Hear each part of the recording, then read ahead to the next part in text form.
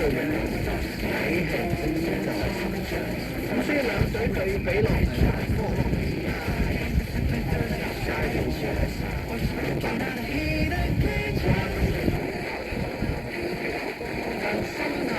爭力。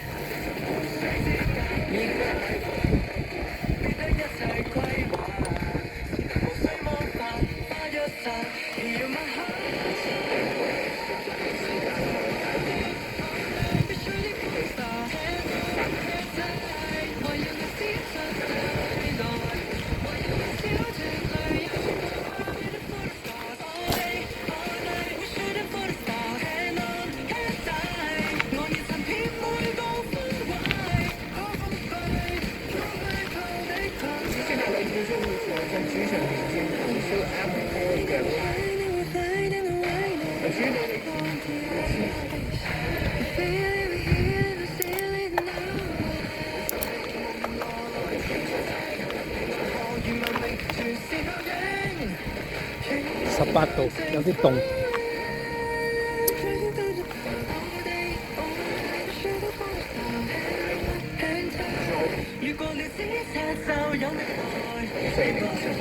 雖然依然未可以輸得上分，長沙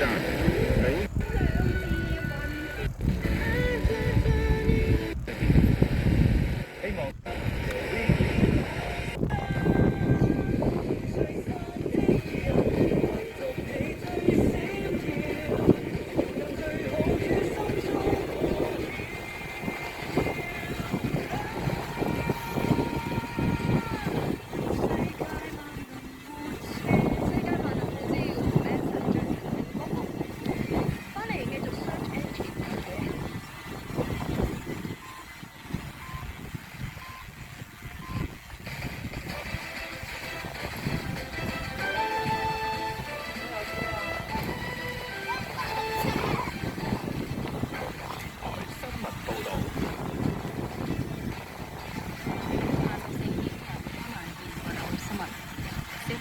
為宏福苑大火衝擊消防隊伍，破毀豪巨型嘅高榮譽喪禮。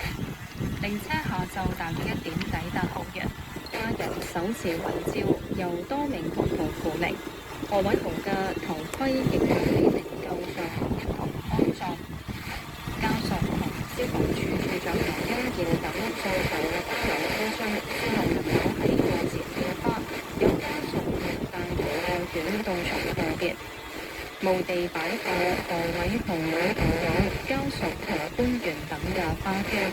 靈車今早離開羅布世界過年等後，先到大埔宏福苑對開舉行會祭，之後轉到何偉豪生前隸屬嘅沙田消防局，一再坐上靈車入最後敬禮，並開口吹簫，象徵何偉豪正式入崗，並交之後送往鳳屏安葬。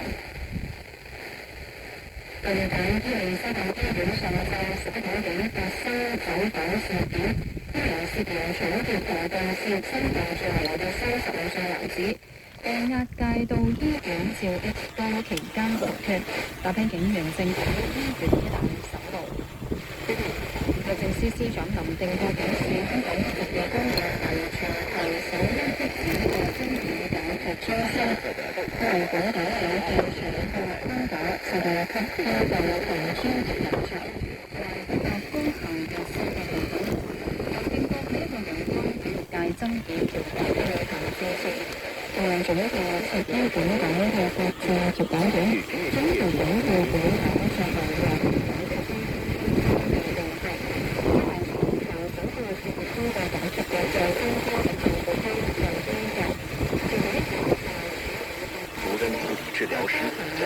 國民以及國際商業爭端提供新途徑。佢強調，特區政府積極構建係有爭議解決機制，相關先導計劃已經喺大約1星期前推出，有信心通過調解處理係特別適合，因為速度快、成本低。入境處公布由下星期1起免檢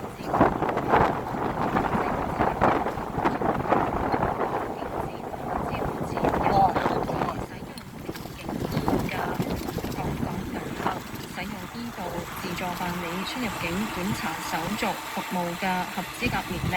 將調整至7歲或以上。現時辦理17歲或以上嘅電子往來港澳通行證持有人、中華人民共和國電子護照持有人同使用離境易嘅訪港旅客都可以使用醫保服務。入境處話一直善用科技，採取不同措施優化服務水平，同埋提升各管制站旅客處理能力。有關合資格訪港旅客使用